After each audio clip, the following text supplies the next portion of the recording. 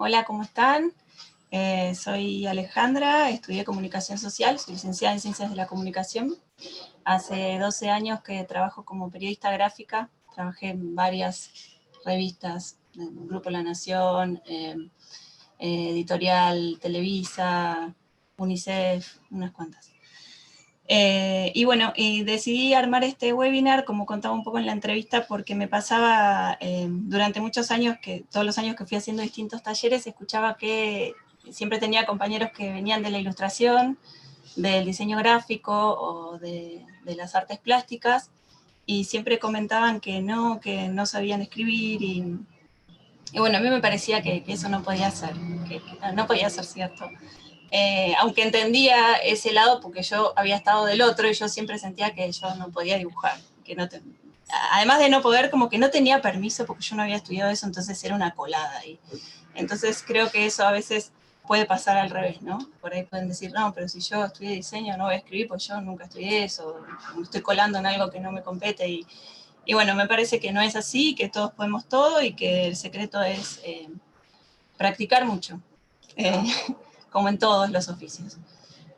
Así que, bueno, si quieren, si les parece, arrancamos y comparto pantalla, si están de acuerdo. Dale, vamos arrancando. Dale. Bueno, como les decía, ¿se ve bien ahí? ¿Ven todos?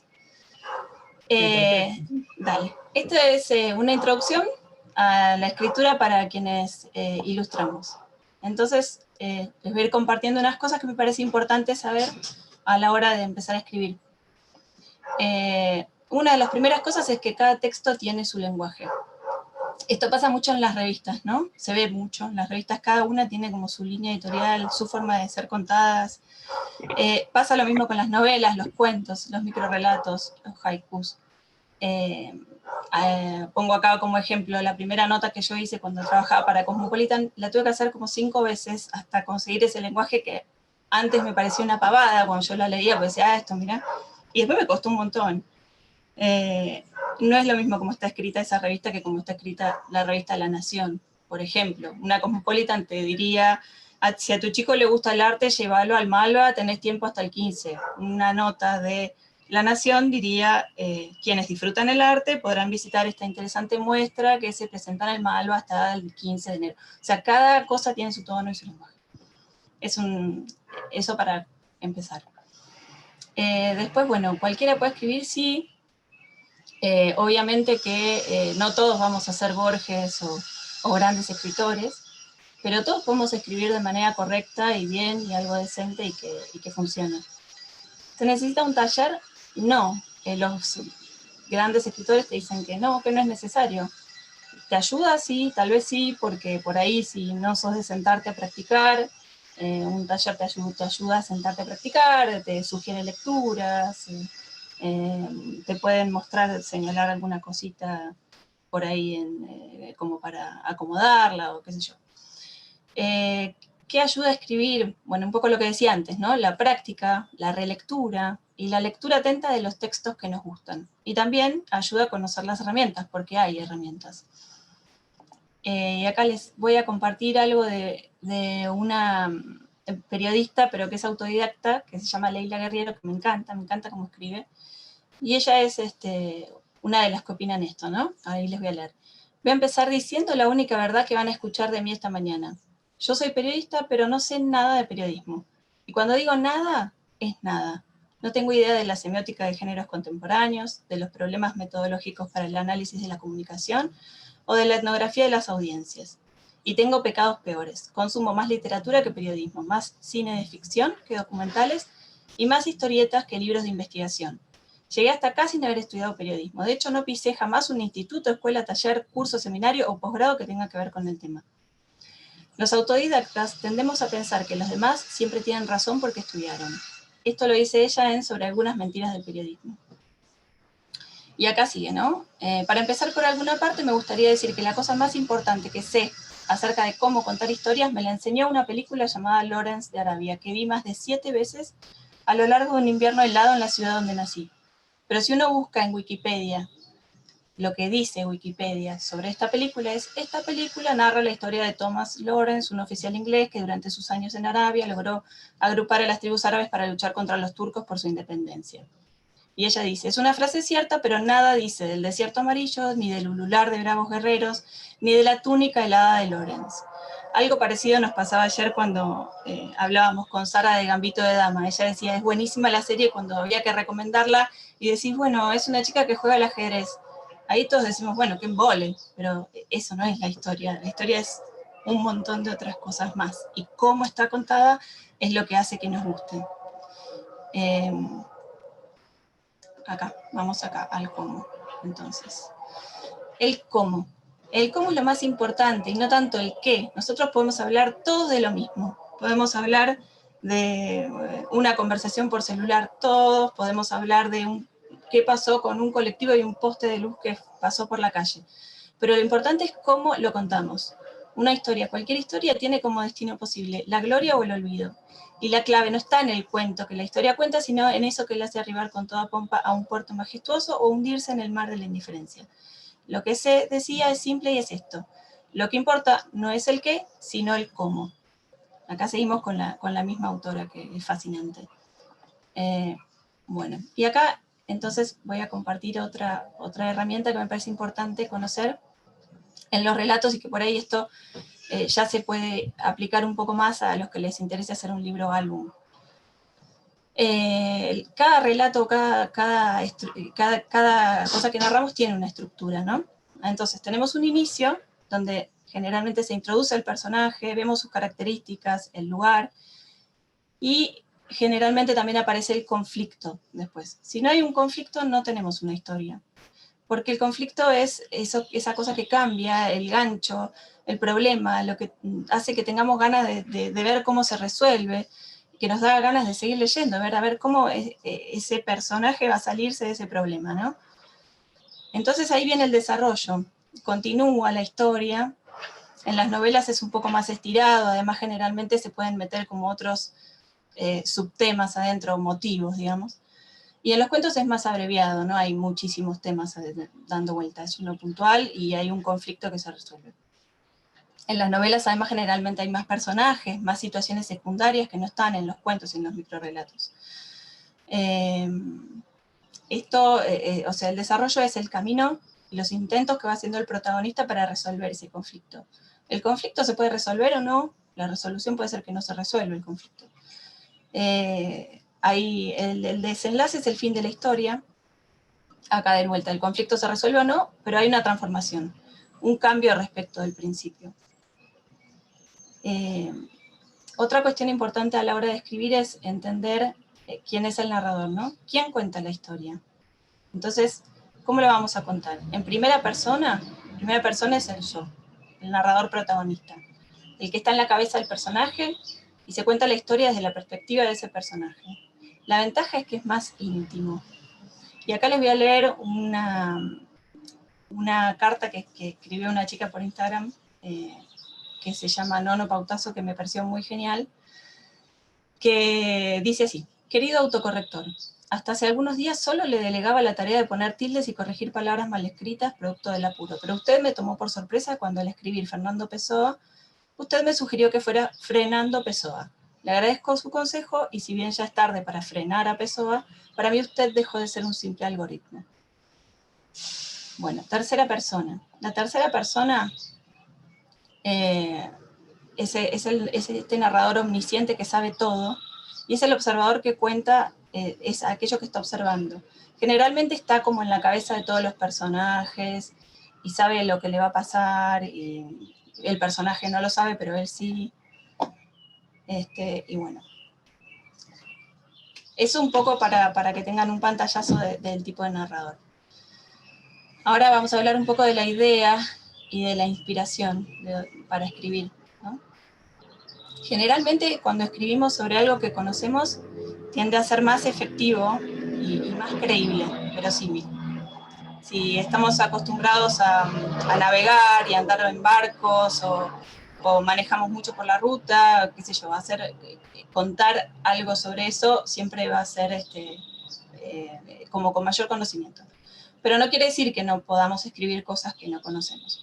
Si vamos a escribir sobre algo que no conocemos, como naves espaciales, por ejemplo, podemos investigar y leer sobre el tema, que eso le va a dar una base de credibilidad a lo que estamos haciendo. Entonces, podemos escribir sobre lo que sea, siempre que el cómo esté por delante, o sea, cómo lo vamos a contar, y como les decía antes, podemos escribir hasta de un poste de luz, siempre que encontremos ese cómo vamos a contar algo que pasa con ese poste de luz. Puede ser súper interesante, o puede ser un embole, depende cómo lo contemos. Otras fuentes de inspiración que podemos encontrar son los hijos, qué sé yo, mis hijas vienen con frases como mamá, el viento me regaló una hojita y a mí me parece re lindo, o sucesos de la vida, situaciones breves, o hasta a partir de imágenes, por ejemplo, un corte de pelo, podemos hablar muchas cosas de un corte de pelo, un tipo que mira un partido de fútbol, como el cuento del viejo con árbol de Fontana Rosa, puede hacer toda una historia maravillosa también. Esperen que me comí una parte. Acá. Volviendo otra vez con el cómo, que me parece casi lo más importante, ¿no? Es importante para el cómo encontrar la propia voz. ¿Esto qué quiere decir? Está bueno fijarse cómo cada uno habla, qué palabras utiliza, y no tratar de sumar palabras rebuscadas, rimbombantes, raras. Eso no es sinónimo de un mejor o de un texto de mayor calidad. En la escritura también menos es más.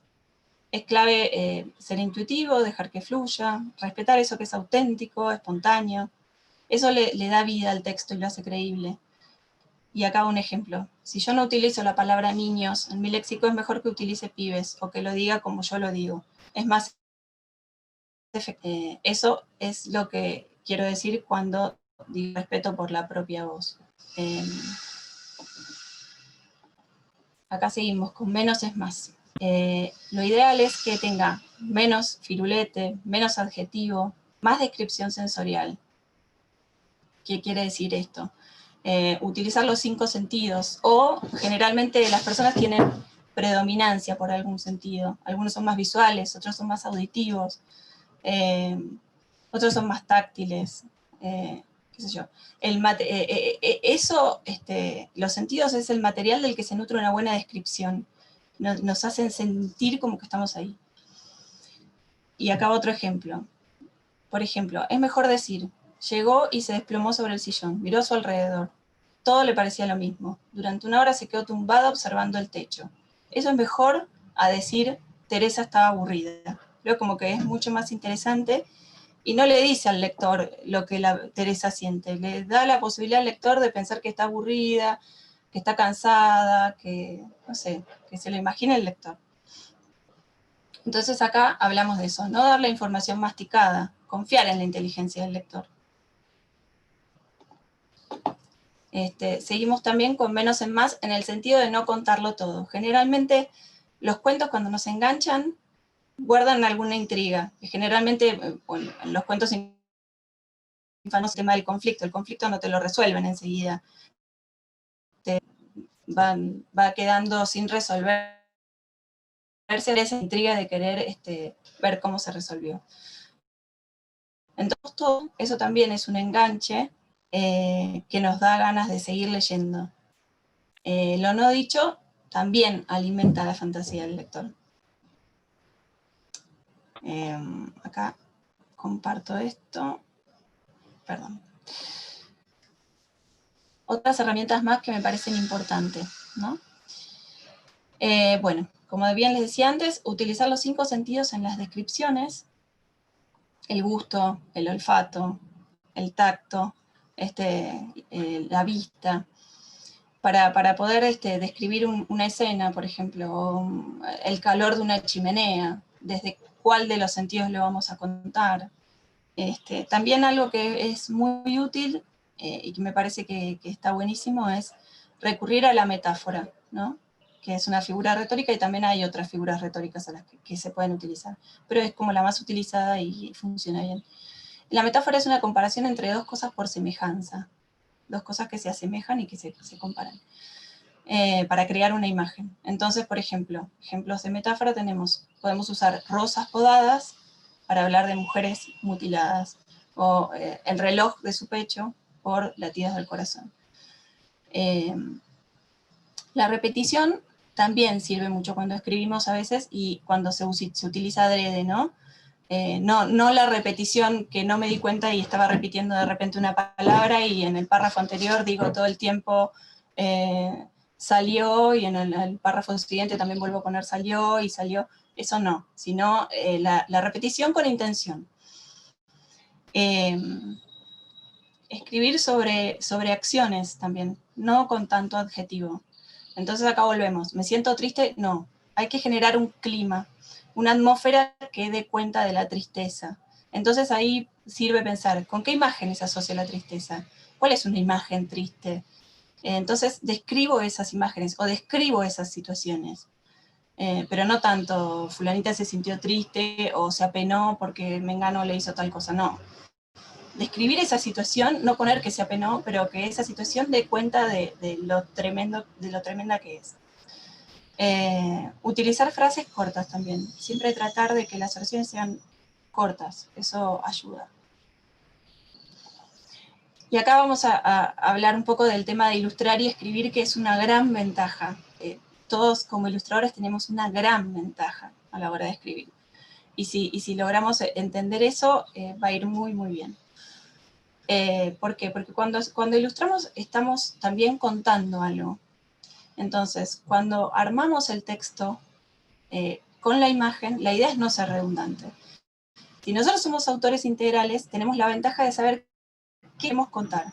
Entonces, en la ilustración dejamos los detalles de los colores, de las descripciones, esa otra parte que el texto no me está diciendo. Y con el texto tenemos que ser muy breves y escasos. Por ahí la primera vez podemos escribir todo con todos los detalles, y después cuando tenemos todo el texto decimos, no, esta parte la voy a sacar y la voy a meter en el dibujo y se la voy a sacar al texto. Y ahora les voy a dar un ejemplo. En uno de mis libritos yo puse a Mateo en la escuela le decían burro, ¿no? Y en la imagen lo muestro cometiendo un error en el pizarrón. No explico sus errores en el texto. No digo, a Mateo le decían burro en el colegio porque no sabía matemáticas y le costaba un montón. No, en el colegio le decían burro, punto. ¿Por qué? Porque acá lo vemos en el pizarrón haciendo eso, haciendo una burrada. Y no hace falta que esté en el texto. Bueno, otra cosa de la que es importante hablar, ¿no? Esperen que voy a acomodar acá un poquito el PowerPoint. El verosímil. ¿Qué es el verosímil? Es eso que hace que la historia sea creíble. Lo que escribimos tiene que ser creíble, aunque estemos en el universo de la fantasía y de los cuentos infantiles, tiene que tener una credibilidad, no podemos estar diciendo cualquier cosa que pierda coherencia. Entonces, como decíamos antes, es clave basarse en algo real o tomar algo de la realidad para conectar con el otro. La historia se hace creíble, nos podemos identificar con eso. Y como decíamos antes, esto no quiere decir que no se pueda escribir sobre Marte, como lo hace Bradbury, pero Bradbury es creíble, es verosímil, toda su historia en Marte o donde sea es creíble. Después, por ejemplo, hay otro ejemplo, yo no sé si han leído la novela Distancia de rescate de Samantha Schweblin, que es muy buena, es tremenda. Yo, como contaba el otro día, me quedé como llorando una semana. Ella escribe ahí sobre la relación de una madre y una hija, y ella no es madre, pero escribe increíblemente bien sobre esa relación. Entonces esto quiere decir, podemos escribir sobre todo, aunque no haya sido algo que hemos vivido de manera directa, pero quizás ella puede escribir sobre eso porque fue hija, porque fue nieta, porque tuvo una hermana y vio cómo era el vínculo entre esa madre con esa hija. Hay diferentes cosas de donde alimentarnos, ¿no? Entonces todos podemos escribir de diferentes cosas. También se puede escribir sobre asesinos sin serlo, un millón de cosas. Acá hay otra cosa, perdón si voy como muy rápido y con un bombardeo así como muy, muy fuerte, pero son como todas las cosas que quiero que no se escapen, que me parecen importantes. Eso también es otra cosa importante para pensar a la hora de escribir, ¿no? el tema y el motivo. El tema siempre es la idea general, ¿no? La idea inspiradora, son como los grandes temas, más abarcativos. Entonces tenemos el amor, la superación, la muerte, la resiliencia, la salud, la enfermedad, desamor, como los grandes temas. Los motivos generalmente acompañan y son como temas más chiquititos, son unidades temáticas menores, no llegan a ser el argumento entero, pero a veces pueden acompañar una historia además del tema.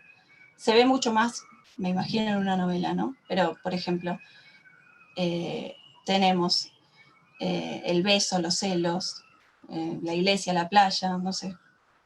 De repente en una historia de amor el beso puede ser como un motivo. Acá vamos a ver otra cosa. Otra cosa que también ayuda cuando empezamos a escribir es tener cuadernos a mano, siempre. ¿Por qué? Porque por ahí se te ocurre una palabra, o se te ocurre que querés hacer un cuento, saliste por la calle y viste una señora paseando un perro, haciendo algo medio ridículo, y bueno, lo anotás. Y ahí te parece que te puede venir una idea de un cuento. También en la mesa de luz está bueno tener un cuaderno porque de los sueños y de las pesadillas sale muy buen material para cualquier cuento. También sirve llevar un diario como para tener esto de la práctica de escribir un poquito todos los días, así como cuando dibujamos un garabatito todos los días, bueno, escribir una pequeña frasecita todos los días. Observar y escuchar por ahí frases de otros, algo que nos gustó, o si nuestros hijos nos dicen alguna genialidad, anotarla, también está bueno. Alguna cosa que nos gustó, o frases de otros que nos gustaron, o si hay algún escritor que leímos algo que nos gustó, también lo podemos anotar y está bueno, ahí notando de quién es, por supuesto, para después no creernos que es nuestra y hacer macanas. Pero bueno, si una frase se nos vino a la cabeza y nos gustó, enseguida hay que anotarla, porque la perdemos si no, y después no vuelve. Bueno, también acá anotar algo que nos haya llamado la atención ese día, que también eso nos puede servir para hacer un posteo con alguna ilustración en las redes, que me parecen de mucha utilidad. Eso también me parece que es algo que tenemos que aprovechar, ¿no?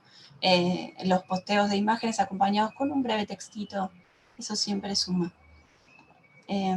Bueno, acá también voy a contarles un poquito de lo que encontré sobre microrelato, que ahora veo como que está como muy a full, y sobre todo en el Instagram, que es una plataforma que te permite mucho esto. Entonces, bueno, contarles. Microrelato es una historia mínima. No es un resumen de un cuento o una novela, no es lo mismo que un cuento o una novela. Tiene aproximadamente entre 5 y 200 palabras. En el microrelato, el esquema que nombrábamos antes de inicio, desarrollo, desenlace, no es lo mismo. Acá es todo más rápido. No hay un desarrollo, sí hay una sorpresa. Y entre el principio y el final transcurre poco tiempo en el texto, digamos. Utiliza mucho la elipsis, deja huecos para que el lector complete, no lo cuenta todo. Una elipsis es cuando el autor escamotea información o un acontecimiento para generar intriga. Es algo que no se cuenta, que no te lo dicen. Y vos decís, ¿pero qué está pasando ahí? Y no te lo dicen, no te lo dicen. Eso está buenísimo porque genera mucha intriga. Entonces, el microrelato tiene movimiento, hay un cambio, tiene mucha emoción. Deja pensando al lector, además, al final. Y siempre los títulos son importantes, pero en un microrelato es mucho más importante porque al tener tan pocas palabras, a veces aporta información extra a la historia y puede incluso cambiarle el sentido. Y acá traigo un ejemplo de microrelato para que vean cuál es. Y se llama El Pozo, de Luis Mateo Díez, un escritor español. Mi hermano Alberto cayó al pozo cuando tenía 5 años. Fue una de esas tragedias familiares que solo alivian el tiempo y la circunstancia de la familia numerosa. 20 años después, mi hermano Eloy sacaba agua un día de aquel pozo al que nadie jamás había vuelto a asomarse. En el caldero descubrió una pequeña botella con un papel en el interior.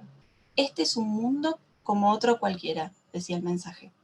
O sea que ven que cambió el sentido completamente. Al principio era un drama, una cosa terrible, que nadie pudo volver a acercarse al pozo, Y finalmente cuando se acercan al pozo descubren que, ¿qué pasó acá?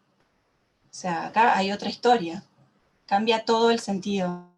Y nos deja pensando, además, porque nos deja con ganas de ver qué pasó con esto, qué hubo ahí. O sea, bueno, esa es la idea del microrrelato, ¿no? Y es micro, si lo ven, es una cosita chiquitita.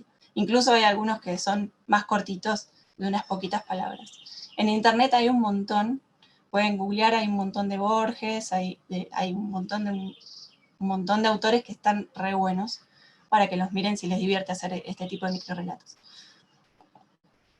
Bueno, después acá contarles un poco sobre los textos abiertos. Los textos abiertos son muy útiles para las imágenes, porque están más abiertos a la interpretación, entonces podemos interpretarlo de múltiples maneras. Deja espacios libres para que el lector pueda interpretar, agregar y llevar el texto a otro nivel. Entonces, el lector modelo en este caso es uno capaz de llenar vacíos. Es depositar un poco también confianza en el lector, ¿no? Es tirarle un poco la pelota de su lado y decir, vos también podés crear o imaginarte lo que quieras con este texto. En cambio, el texto cerrado es el que en palabras de Eco no permite que el lector tenga una interpretación distinta a la que el texto quiere decir de manera literal. Un texto cerrado puede ser un texto más académico, o que te lo dé todo como muy, muy masticadito y no haya lugar para que vos pienses algo que va para otro lado. Eso, más que nada. Y acá vamos con un ejemplo de texto abierto de John Tan. Me encanta John Tan. Y otra cosa que quiero decirles que ayuda mucho cuando los que tienen libro álbum, que seguro todos tienen en su casa, y alguna historia les gusta mucho, ayuda mucho mirarla sin las imágenes. Pasarla por escrito en Word, y ahí la ves cuántos caracteres tiene, que eso es algo importantísimo, porque generalmente uno cuando empieza a escribir, escribe un montón y re largo, y los libros álbum son cortos y pocas palabras, tienden cada vez a ser más cortos. Entonces, pasar esas historias que nos gustan a un Word ayuda un montón para ver qué espacio ocupan, qué palabras utiliza, el tipo de lenguaje, lo simple que es. Bueno, en este caso lo tenemos acá hecho con el árbol rojo de John Tan. Entonces dice, a veces el día empieza vacío de esperanzas y las cosas van de mal en peor. La oscuridad te supera, nadie entiende nada. El mundo es una máquina sorda, sin sentido ni lógica. A veces esperas y esperas y esperas y esperas y esperas y esperas y esperas, pero nada ocurre. Esto es la repetición de la que hablábamos antes. Esta repetición es válida, es adrede, se entiende que está buscando algo con eso. Y entonces todos tus problemas llegan de golpe. Ves pasar de largo cosas maravillosas. Los más espantosos destinos resultan inevitables. A veces no tienes ni idea de qué debes hacer, ni de quién se supone que eres, ni de dónde estás. Y parece que el día va a terminar igual que empezó, pero de pronto ahí está delante de ti, rebosante de color y vida esperándote, tal como lo imaginaste. Y ahí se termina, ¿no? Es abierto el texto, podemos estar contando una situación de depresión, de esperanza, de fracaso, de desamor. Incluso las imágenes de este texto podrían ir para cualquier otro lado diferente del que las llevó John Tan, y ahí le cambiaría el sentido completamente. Cuando lo ves al libro de John Tan, te das cuenta que está hablando de la tristeza, de alguien que se siente muy triste. Y bueno, las ilustraciones son increíbles, no sé si todos lo conocen, pero es este. No sé si hay preguntas o si sigo nomás. No, por ahora no hay ninguna pregunta, Alejandra. Dale. Bueno, el título es difícil, cuesta a veces. Generalmente se deja para el final, el título que le ponemos a un cuento, una historia. Algunas veces, por el contrario, puede ser lo primero que se nos ocurra. Antes de que se nos ocurra la historia, por ahí se nos viene el título. El título puede ser el lugar donde transcurre la historia, un personaje, alguna característica de la historia, aquello que resuelve la historia o que le da un giro. Pueden ser muchas cosas. Generalmente cuando buscamos un título, conviene o se sugiere que busques 3 o 4 títulos y que después vayas viendo cuál queda mejor. Bueno, si todos están preparados, Ahora, no sé si todos tienen una imagen de usted. Lo ideal sería que tengan una ilustración propia para hacer el ejercicio que vamos a hacer ahora a continuación, si les parece. ¿Sí? Bueno. Entonces, si la tienen a mano, vamos con el primer ejercicio.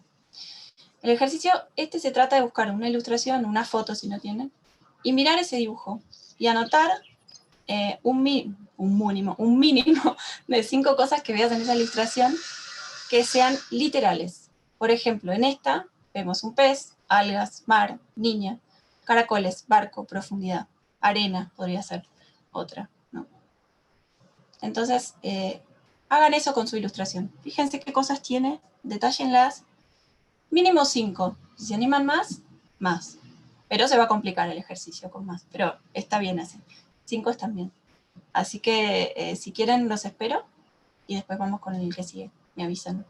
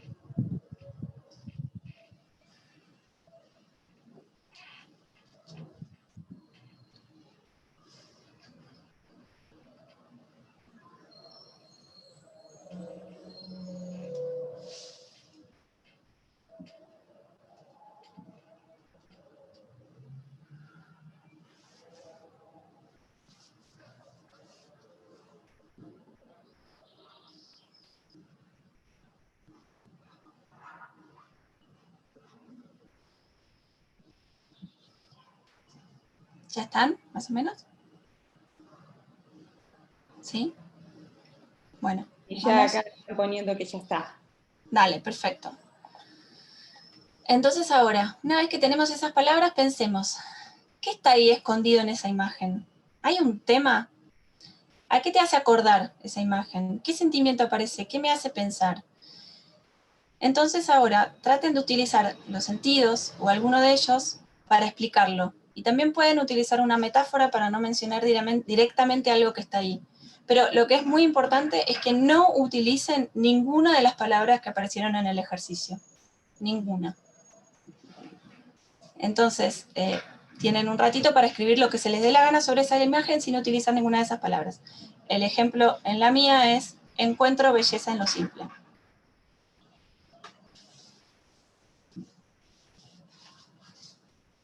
Avísenme cuando terminan, así después seguimos. ¿Se entendió el ejercicio?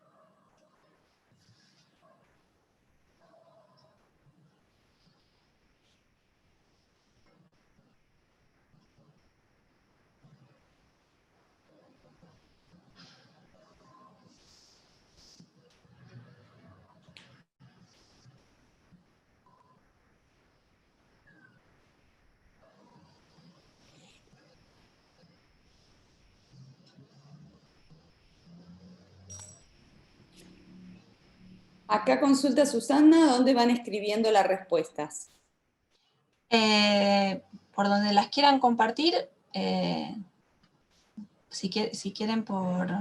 Yo no lo veo el chat acá, pero Ahí O lo sea, veo. Sí, podemos ir compartiendo por el chat. sí, pueden ir compartiendo por el chat. Y sí, estaría bueno que me pongan en paréntesis las palabras que no usaron, digamos, las que venían con la imagen.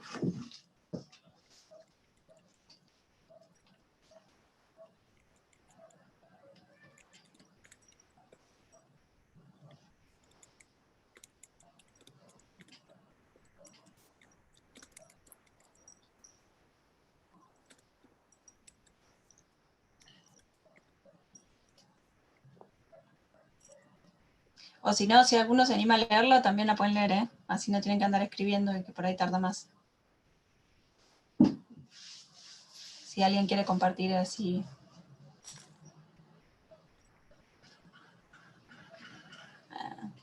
El azul inmenso con aire salado. Muy bien. Muy bien. Bueno, está muy bien, Susana. No sé cuáles eran las palabras originales, pero está muy bien eso.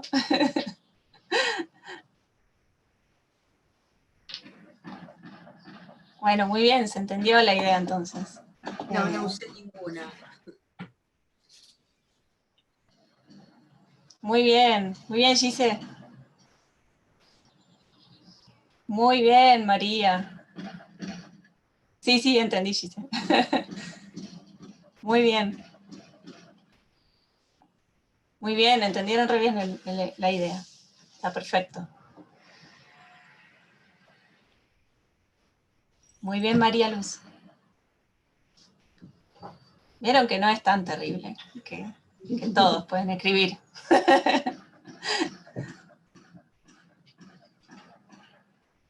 ¿Alguien más que quiera compartir o seguimos nomás? Ahí va. Muy bien, muy lindo. Muy lindo, Natalie. Muy bien. Qué bien, buenísimo. Me pone muy contenta.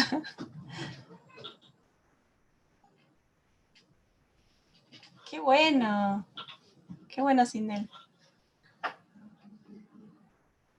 Muy bien. Súper. ¿Alguien más quiere poner o seguimos nomás? Están todos muy bien, ¿eh? Ahí va. Muy bien. Bien, Miriam. Muy bien, Ana.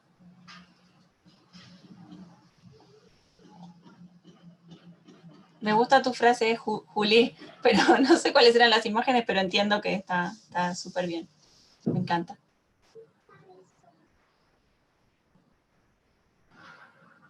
Qué bueno. Perfecto. No, está perfecto. Me encanta. Bueno, va muy bien, ¿eh? Me parece que ahora no hay excusas. A ver, Leo. Está muy buena. Muy buena también.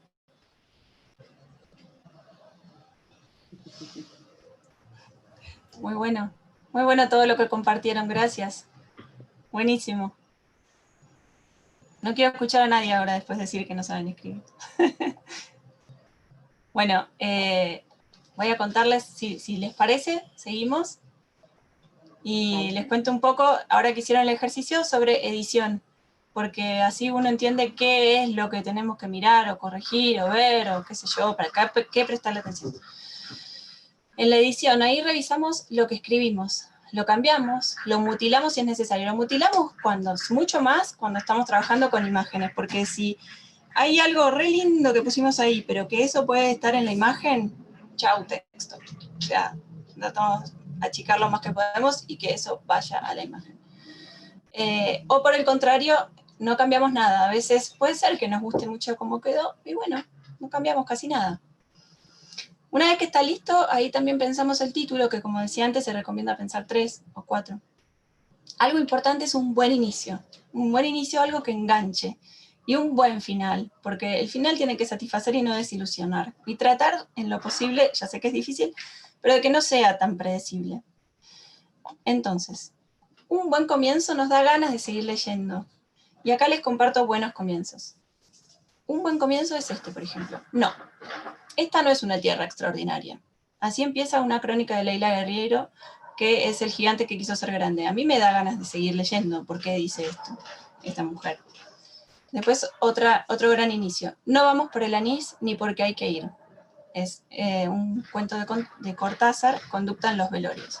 Es genial ese comienzo.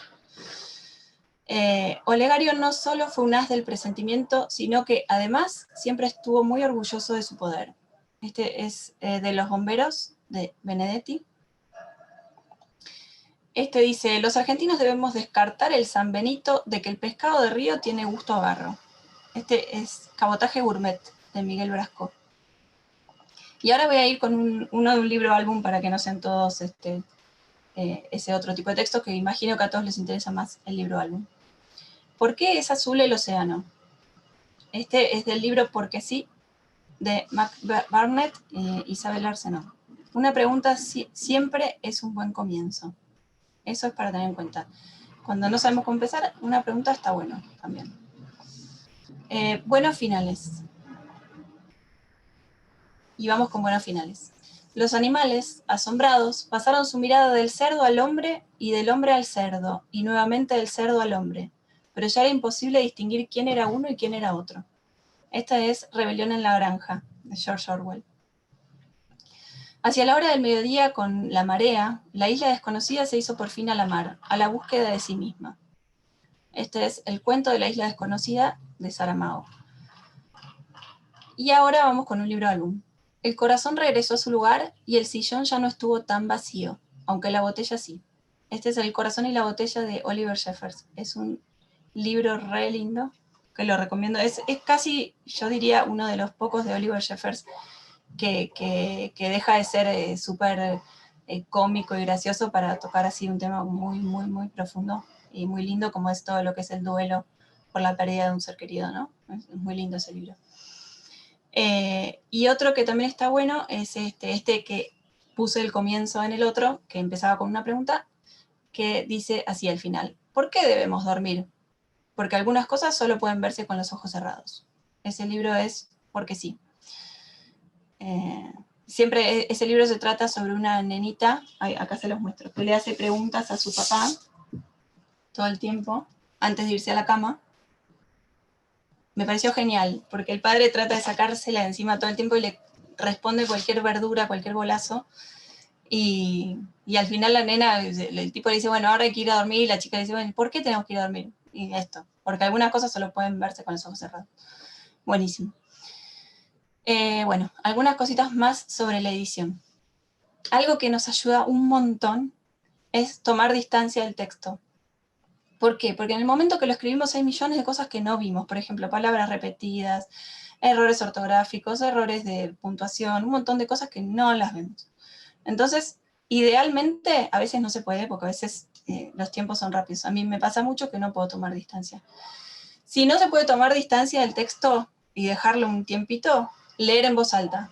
Cuando lo lees en voz alta, saltan las cosas que están raras. Saltan palabras repetidas, saltan cosas que no escuchás cuando lo lees sin hablar en alto. Otra cosa, cuando lees un texto, el texto debe fluir en la lectura, no ser redundante, no tener descripciones innecesarias o cosas de relleno para hacerlo más largo. Los textos buenos no tienen nada que ver con su longitud. Puede tener 3 palabras y ser excelente, y puede tener miles y ser un desastre. No tiene nada que ver. No es que porque es más largo es mejor. Hay textos largos maravillosos y textos largos que son una mierda. Hay textos cortos que son espectaculares y textos cortos que no están tan buenos. Pero no hay que ir a buscar eso, digamos. No hay que tratar de rellenar o estirar nada. Buscar sinónimos, siempre. Cuando vemos una palabra que se repite y no sabemos cómo reemplazarla, sinónimo de esa palabra. Chequear las comas, la ortografía, tiempos verbales. Utilizar frases cortas. También recurrir a la experiencia y el sentimiento, ¿no? Y acá no tener miedo de poner una palabra que, como les decía antes, que tenga que ver más con nuestro vocabulario o con el uso común. No tenerle miedo a las palabras simples. Los textos que están escritos con palabras simples son hermosos también. No es que tenemos que buscar palabras extrañas o poéticas o cosas, no. Puede estar escrito con palabras básicas y ser una hermosura. Entonces, eso no tiene nada que ver. Y ahora vamos a hacer otro ejercicio para ir cerrando, si les parece. Que es así. Observen qué objetos hay alrededor y traten de escribir un texto breve con ellos, a través de la metáfora, y tocar algún gran tema. Puede ser la vida, el amor, la muerte, los celos, el fracaso, la pérdida, el éxito. Acá volvemos con el anterior, ¿no? Oliver Jeffers utiliza la metáfora de un corazón adentro de una botella para hablar del duelo, ¿no? Este es el libro que les decía. Entonces podemos pensar, no sé, ¿qué tenemos alrededor? Un lápiz al que se le rompe una punta. Eso puede estarnos hablando de la muerte, o de un accidente, o de una pérdida. Una goma que mancha una hoja puede hablar del fracaso. No sé. Busquen algo que encuentren ahí y traten de armar un breve texto que toque algún gran tema a través de algunos de los objetos que tienen ahí alrededor. Espero que no sé si es tan fácil el ejercicio, pero me parece que puede estar bueno. Si se animan, lo hacemos y el que quiera lo puede compartir.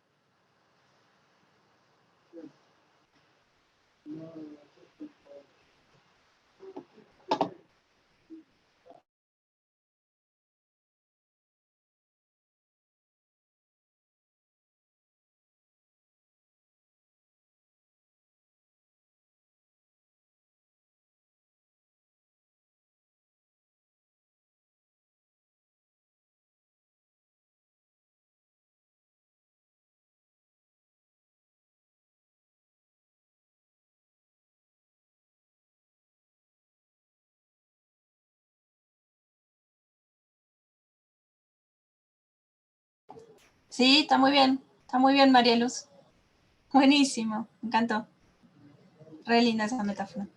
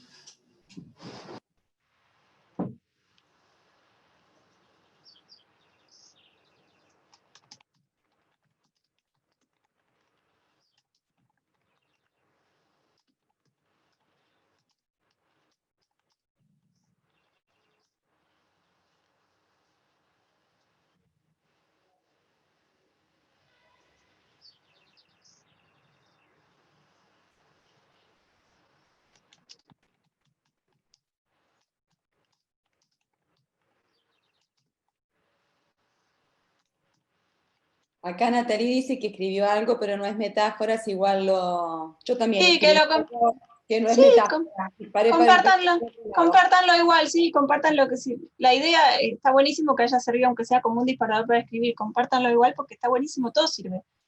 Todo sirve.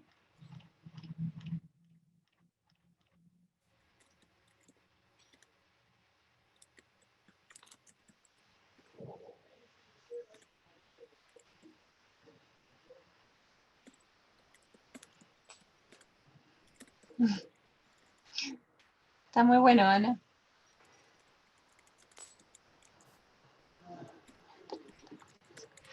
Entonces yo así. Qué lindo, Diego.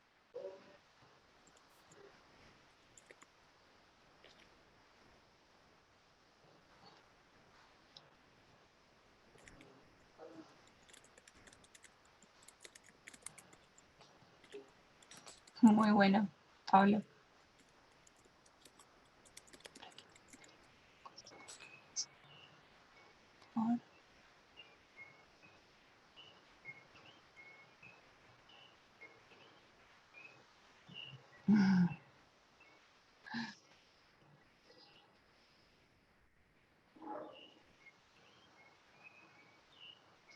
Muy bueno, Natalie.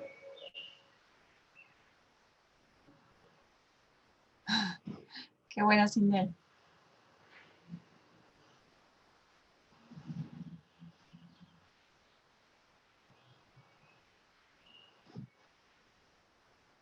Muy bien, Pablo.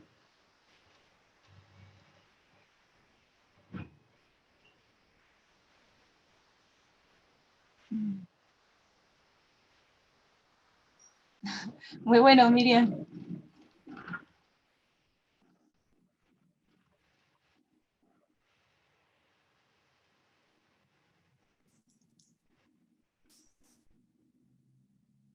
Ah, me encantó, Miriam, muy bueno.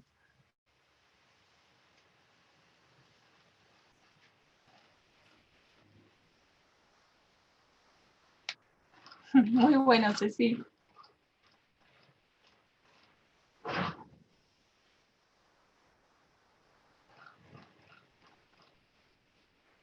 Muy lindo, Susana.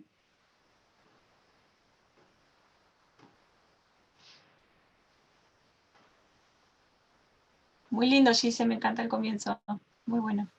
¿No viste el mío, Ale? ¿O lo hice muy ¡Ay, mal? no lo vi! No lo vi. Se me pasó, pará. ¿Qué fue uno de los primeros? No, está entre Miriam y Ceci. Ay, espera que no lo tengo. Lo que pasa es que también figuras como Miriam, Lucía.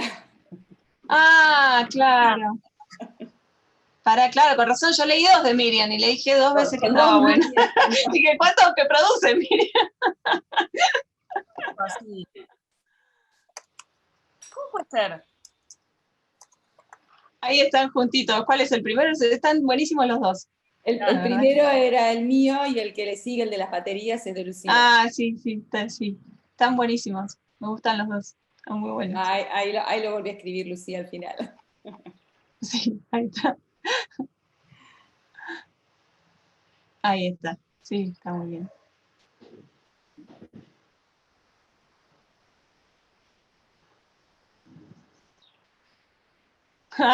Muy bueno, María. Muy bueno. Bueno, está bueno. No sé si alguien más quiere compartir algo, pero quería aclarar una cosa del libro este último, del ejemplo que di para que se termine como de entender bien lo que quería decir. Si alguien más quiere compartir, adelante. Están re buenas todas las cosas que están compartiendo. Bueno, voy para adelante entonces. Nada, primero agradecerles que se animen a compartir y decirles que nada, que ven que pueden escribir y pueden escribir bien. La verdad es que todos tenemos la capacidad de poder contar historias y hacerlo bien. Es solo sentarse y hacerlo, como dibujar, sentarse todos los días y hacerlo lo hago, y bueno, y después miro, la comparto, veo cómo la puedo acomodar, pero no es tan difícil.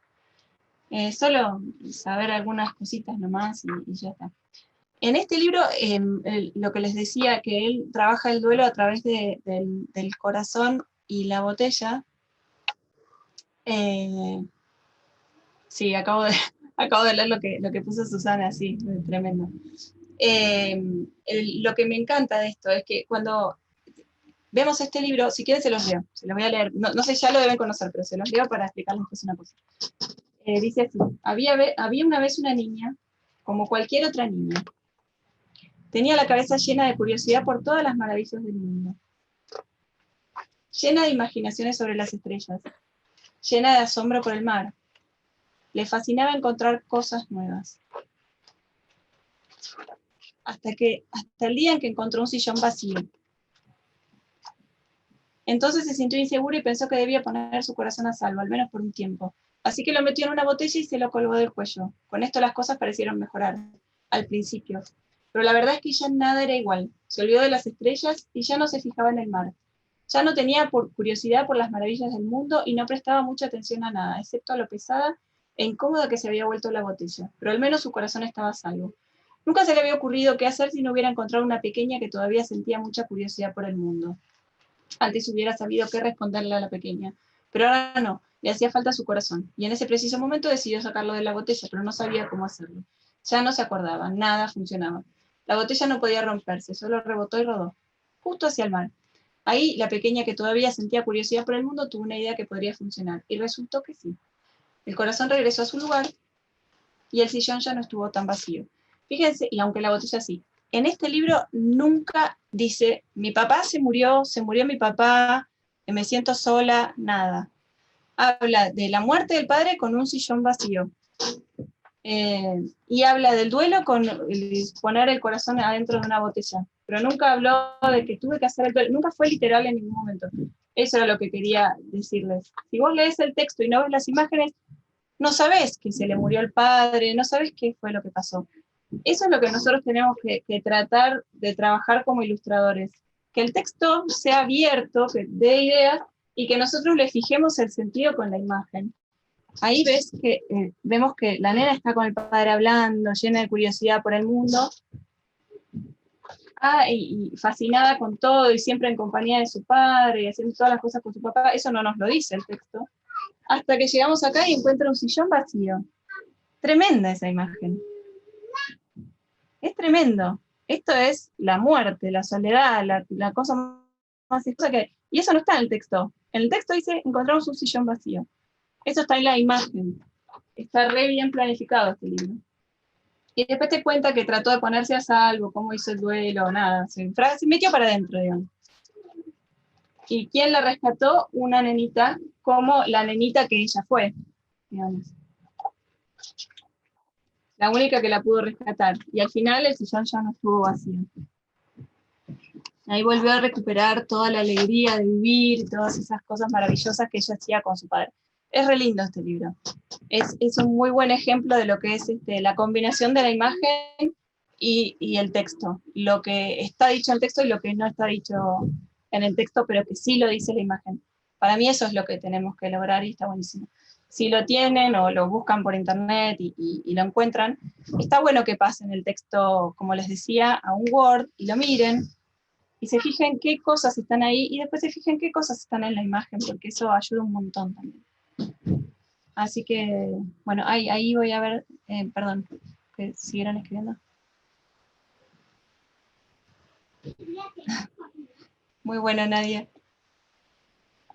Bueno, no sé, eso es todo. Espero que haya servido, que haya ayudado, que les dé ganas de ponerse a escribir, que creo que todos tienen mucha capacidad para hacerlo.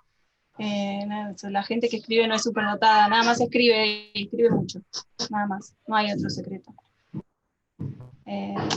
Y también leer cosas buenas y lindas. Eso. No sé si alguien quiere preguntar algo. Yo cuando te escuchaba, Alejandra, a lo largo del webinar, cuando ibas dando como las diferentes etapas de elaboración, recordaba que de alguna manera tiene que ver con el mismo proceso que uno hace para ilustrar, ¿no? Esto de que si tengo que hablar de un tema que no conozco, busco información, ¿no? Para poder ilustrar. En el texto pasa lo mismo, esta cuestión de descansar la imagen, porque si estoy todo el tiempo arriba de la imagen, no veo ciertos detalles, ciertas cuestiones que pueden ser errores y me los voy perdiendo. ¿No? Es como que de alguna manera hay como una gran relación entre el proceso de escritura, o por lo menos yo le encuentro esa Sí, relación, ¿no?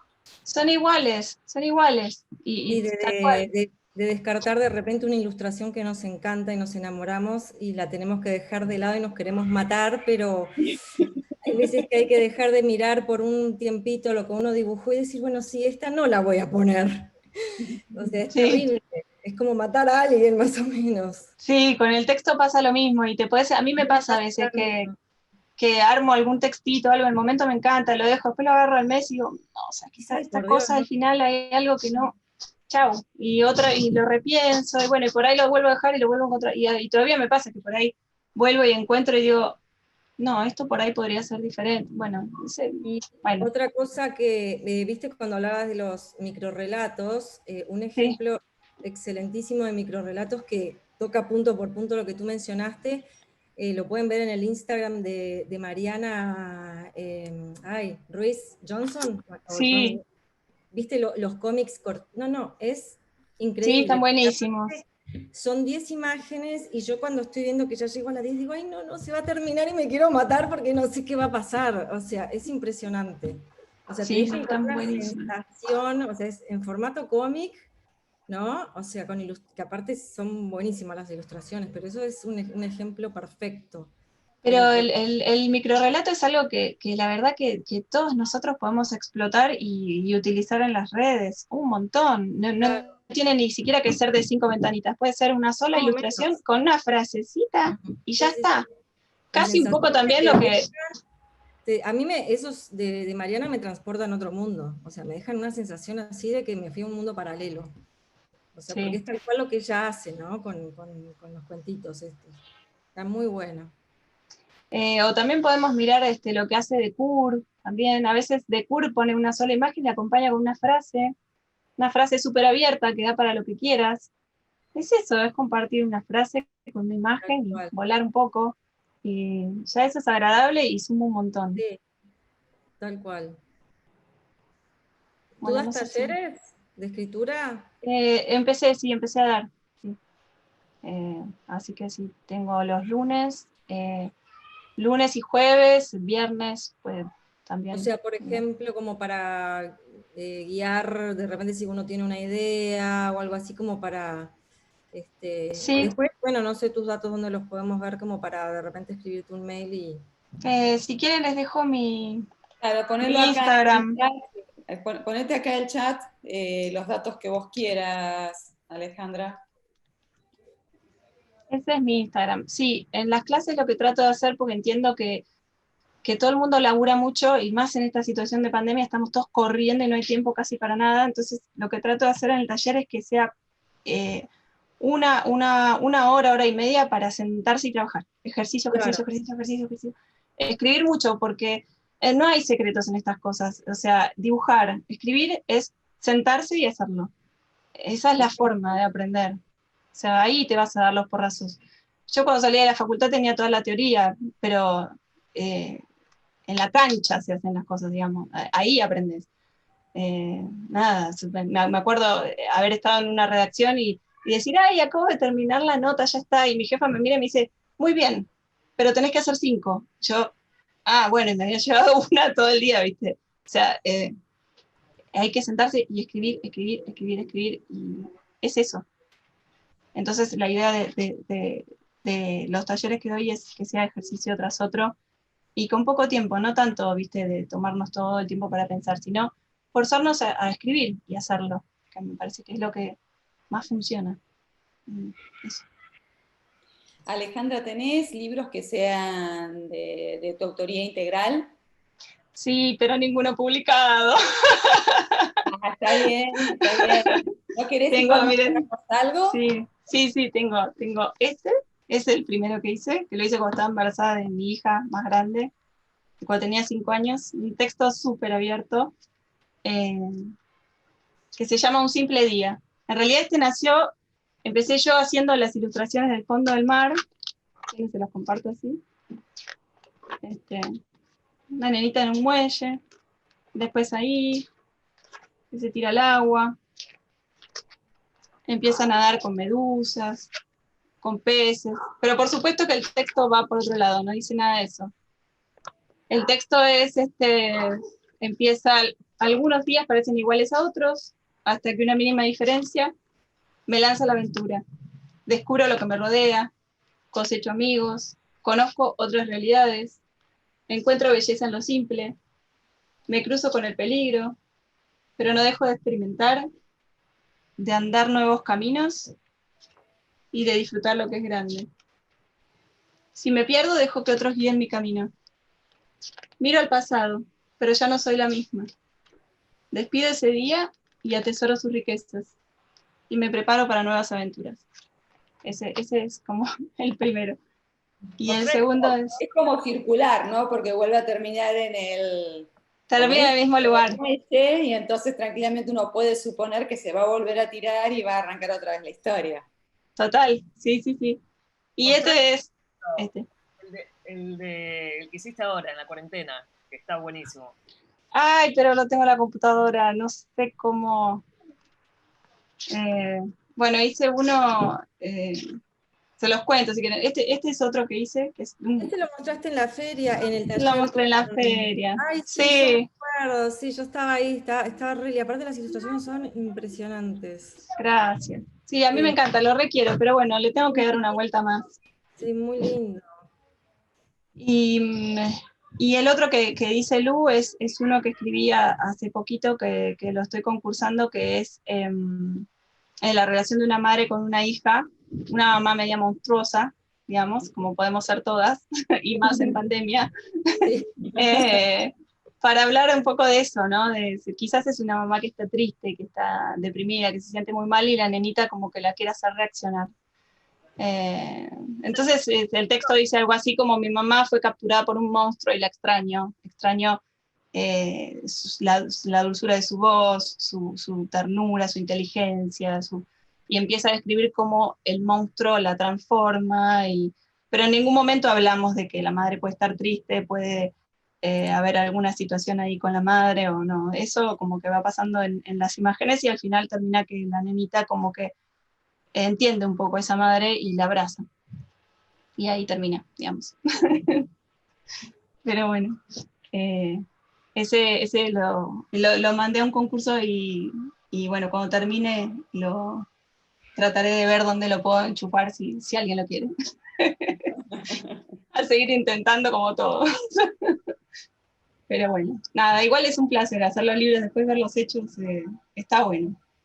Y siempre existe algo que todavía nunca me animé a hacer, pero que tendría que tratar de hacerlo, es, como han hecho otros, esas plataformas como Ideame, en el que todos colaboran y uno da algo y qué sé yo, por ahí como para autoeditarse. También ese es un camino.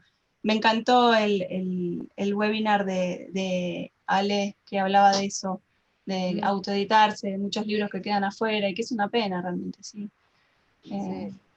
Pero bueno. Sí, hoy por hoy se da cada vez más que haya autoediciones, ¿no? Sí. Es como que se está dando esa posibilidad, porque yo creo que en línea general no se trata de que el trabajo sea bueno o malo, a veces tiene que ver con los intereses de temática, de tipo de ilustración, ¿no? De cada editorial, Total. tiene lo que necesita, y en función, nada, es un negocio, y en función Sí. de eso están las elecciones. Pero lo cual no quiere decir que si uno se autoedite no pueda venderlo. Sin duda que la dificultad es la distribución en toda autoedición, sí, ¿no? Pero bueno, hoy por hoy cada vez se da más y funciona. Sí, tal cual. Y después también incursioné el que también charlaba el otro día con Sara, es un cómic de mis hijas. Quería probar esto de ver si puedo dibujar mucho y algo largo y sostener algo así como un cómic. Y aunque sea por eso lo hice, y me parece que aunque no lo logre tampoco ubicar en ningún lado, me parece que lo voy a hacer para mí, porque es la historia de mis hijas, que esta es la carátula, son mis hijitas, Clara y Elena, haciendo macanas. Esta es una de las imágenes del interior. ¿Con qué estás trabajando? Este es el único que hice digital, porque yo no soy muy buena, no soy muy buena con lo digital, la verdad que soy bastante tronco. Pero bueno, después acá tengo... ¿En Photoshop lo hiciste? Sí, No, eso claro. solo, ¿ves? Las liñitas a mano, lo escaneo y lo pinto. Claro, está re bueno. La historia a mí me divierte mucho porque se basa en esto que les decía, de observar las cosas que uno tiene alrededor. Y a los chicos, yo notaba que había un momento en que mi hija más grande con la chiquita estaba como re podrida de que la chiquita quería hacer todo lo mismo que hacía la más grande. Y la imitaba todo el tiempo y la otra se hinchaba, ¿viste? Entonces dije, yo tengo que hacer un cuento con esto. Conozco Y sí, claro, ¿viste? Nada. O uno está de ese lado o del otro. Yo soy hija única para colmo. Entonces eso como que me pareció un fenómeno rarísimo. Claro. Sí. Y bueno, y se trata de esto, ¿no? La más grande se harta y trata como de sacársela de encima 3 veces, en una la mete en una caja, en otra la mete en un placar, y siempre que está haciendo algo se le aparece la otra por atrás haciendo lo mismo, se enoja, como diciendo, ¿de dónde salió? Hasta que la mete en una cueva, y se vuelve rápido, y la hermana no vuelve de la cueva, y entonces empieza a sentir mal, y se imagina que le pasó de todo, dice, y agarra una culpa terrible porque además también la quiere. Entonces vuelve corriendo a la cueva desesperada a decir, bueno, ¿cómo está? ¿Qué sé yo? No sé qué, encuentra los zapatitos y dice, ay no, ¿viste? Pasó lo peor. Y cuando se la encuentra, la otra desfachatada se había hecho amiga de 1.000.000 de animales, estaba chocha ahí, y entonces, bueno, van pasando un montón de situaciones adentro de la cueva, y después se despiden las dos de los animales, llegan a la casa y se acuestan a dormir juntas, como si nada hubiera pasado. O sea, y me gustaba mostrar esto de que ni la mayor es tan mala, ni la chiquita es tan indefensa, o sea, son... y se pueden querer un montón a través de este vínculo. Entonces me parecía divertido. Y es un cómic que es sin texto, aunque tiene texto. O sea, lo diagramé todo y arriba iba poniendo acá va a pasar esto, acá va a pasar esto, acá va a pasar esto, pero todo como lo que yo lo iba a tener que dibujar, digamos. Pero ya sabía cómo era la historia. Eso es algo que también puede servir cuando quieren dibujar algo, cuando quieren escribir algo, decir, bueno, ¿qué tema quiero hablar? Quiero hablar de este tema. ¿Quién es el personaje? ¿Quiénes van a estar? ¿Qué va a pasar? Pasa esto. Como tener la síntesis de lo que va a pasar y después escribirlo. Eso a veces también ordena y ayuda. Pero bueno, ya está, no hablo más porque ya hablé todo el día, no quiero aburrir. Yo quiero decir que es una gran compañera y que a lo mejor no lo saben porque creo que en la entrevista de Sara no salió. Ale es la editora de nuestra revista Sacapuntas. Acá hay varios compañeros del equipo de la revista. Es verdad, están los compañeros del equipo, unos genios todos. Sepan que, bueno, hay un gran trabajo ahí y ella está ahí detrás. Y por supuesto, gracias a mis compañeros que supieron encontrar un montón de cosas que me comí yo en la revista, que ves que son todos muy grandes y muy genios, porque armamos un trabajo genial entre todos. Y con esto quiero decirles que nadie es un genio escribiendo porque se dedique a eso o porque haya estudiado eso. Perdón que insista en eso, pero yo durante mucho tiempo me sentía así al revés y sentía que como yo no venía de una formación de ilustradora, como que no tenía derecho a ilustrar. Entonces no quiero que sientan lo mismo al revés, o que porque no han venido de ahí y no pueden. Hay grandes escritores que jamás se formaron en lo que es escribir y que son espectaculares y nos pasan el trapo a todos, la gran mayoría. Entonces, nada, eso.